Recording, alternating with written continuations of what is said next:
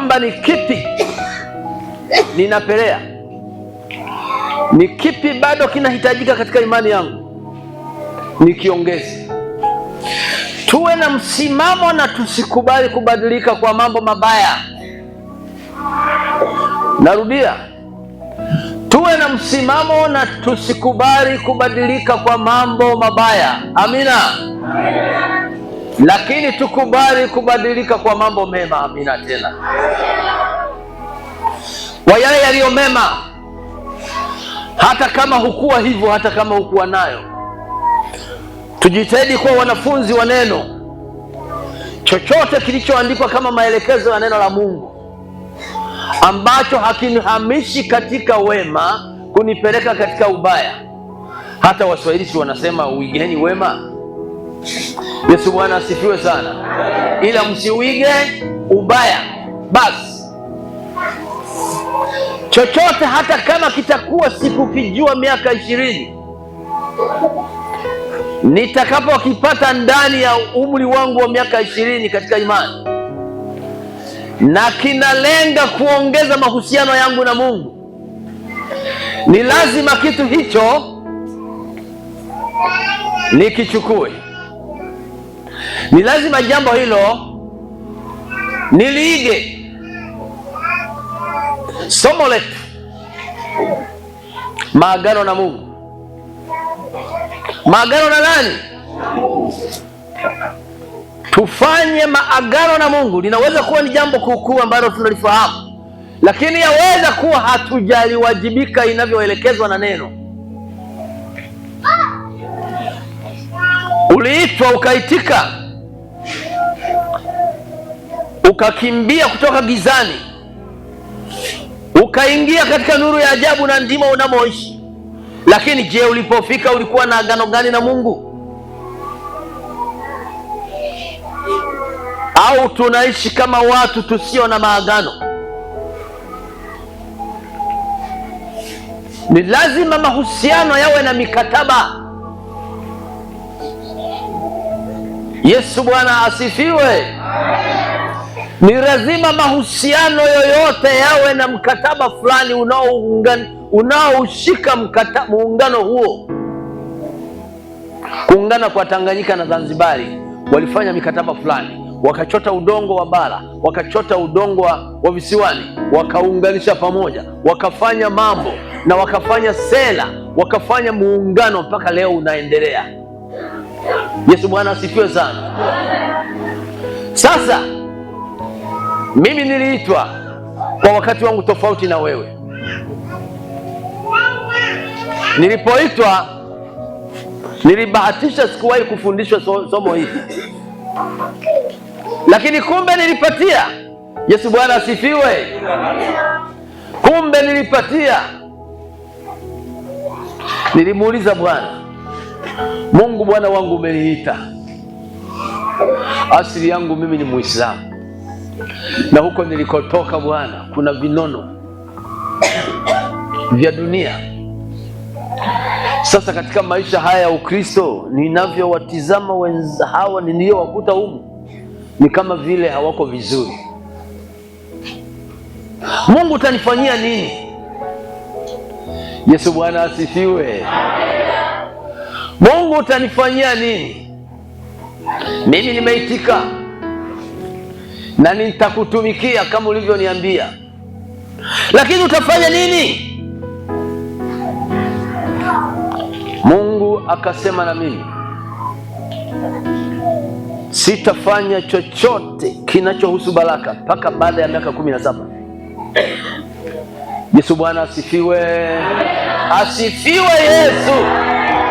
Mpaka baada ya miaka 17 nitaanza kushughulika na wewe juu ya hilo. Nikanyamaza, nikasema basi nitatii, nitaisubiri miaka hiyo 17 ipite. Hao vijana wamezaliwa nikiwa na shida za ajabu sana. Hawa ndio niliowasimulia, walizaliwa katika vitanda vya manyasi. Yesu Bwana atusaidie sana. Hamalutala mkisukuma. Hawa na magunia tu mnawekapo na vitenge vya ajabu. Mama anajifungua. Nyakati hizo hata zahanati kama leo na mahimizo ya leo ya nchi yetu hayakuwa hivyo. Walikuwa watu wanajifungua tu nyumbani. Yesu Bwana asifiwe. Lakini baada ya miaka kufika, nitasoma neno la Mungu, sitakuwa na vitabu vingi, kimoja tu basi.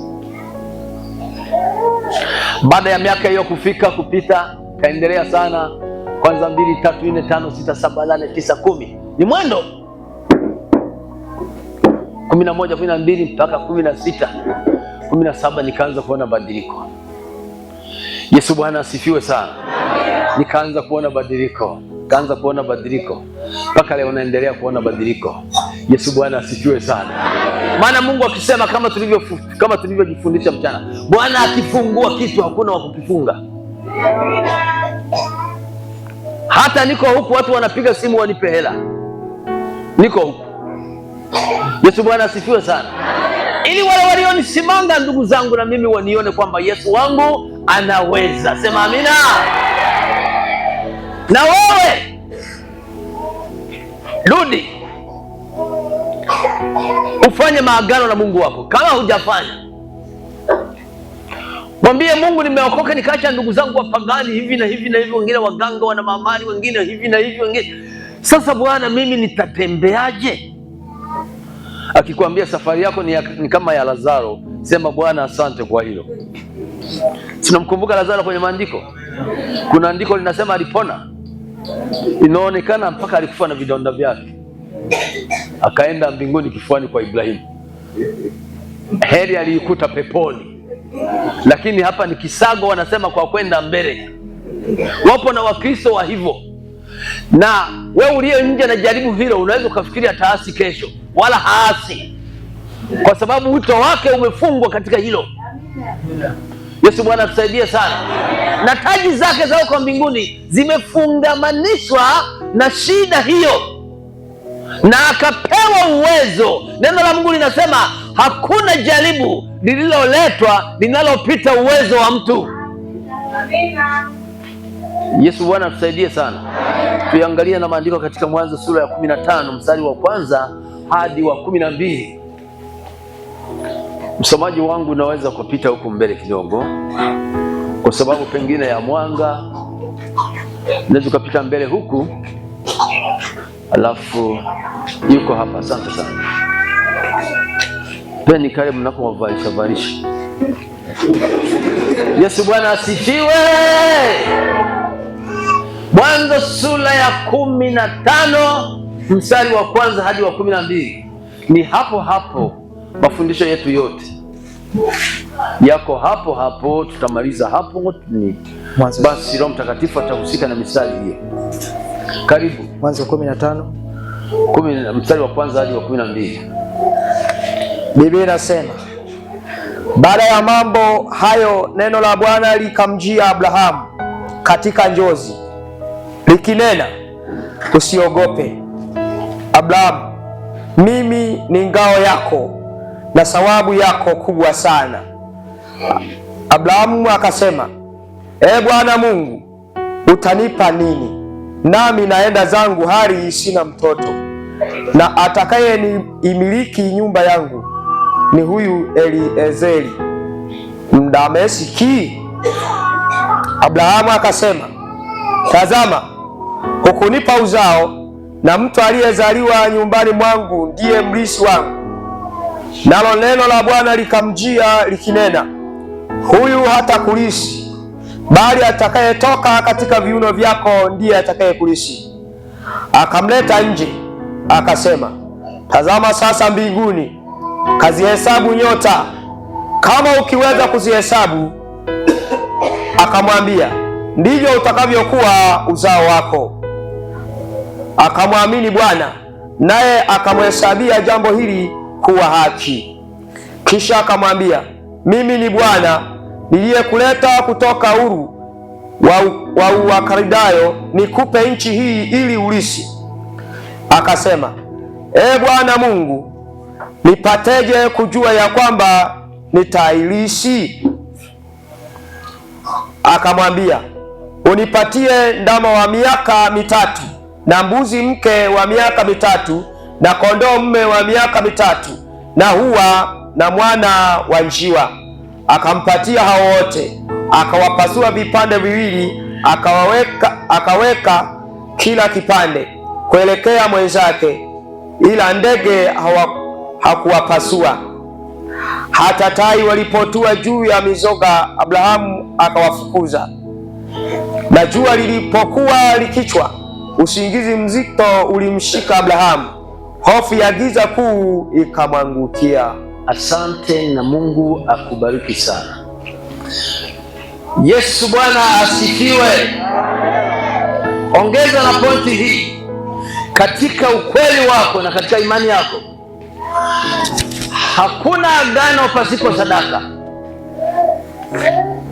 Nilisema mwanzo katika utangulizi wangu, ni vizuri kuyaiga yaliyo mema, lakini si vizuri kuyaiga yaliyo mabaya. Hakuna agano lolote pasipo sadaka. Hilo ulielewe mpaka walene. Sisi tumechelewa katika hilo. Yesu Bwana asifiwe sana. Yesu Bwana tusaidie. Tumechelewa katika hilo. Pengine nimeshauri kwa Roho Mtakatifu kwamba usiku wa leo ongeza na kitu hiki, kwamba hata kama uliokoka pengine ukufanya maagano na Mungu, kumbuka kufanya maagano naye. Lakini kabla hujafanya agano, Mungu hutaka sadaka ya kwako. Yesu Bwana asifiwe sana. Usiseme kwamba wameanza kutuletea mambo gani haya. Tunataka tukupandishe zaidi katika viwango vya mahusiano na Mungu. Yesu Bwana asifiwe. Haleluya. Pengine tunajua nadhiri tu kwamba Bwana, na katika aina 4 ya maombi. Kuna maombi ya kawaida, maombi ya kufunga, maombi yenye mamlaka, kuna maombi ya nadhiri. Ziko aina 4 tu za maombi katika wana wa Mungu. Sasa mimi sifundishi nadhiri, lakini nafundisha kwenye wakati ambapo unataka kufanya maagano na Mungu, toa sadaka. Na nielewa mtu wa Mungu, kajaribu na hicho, kafanye hicho. Tunataka kanisa liende, tunataka kanisa lipande viwango, tunataka kanisa libarikiwe.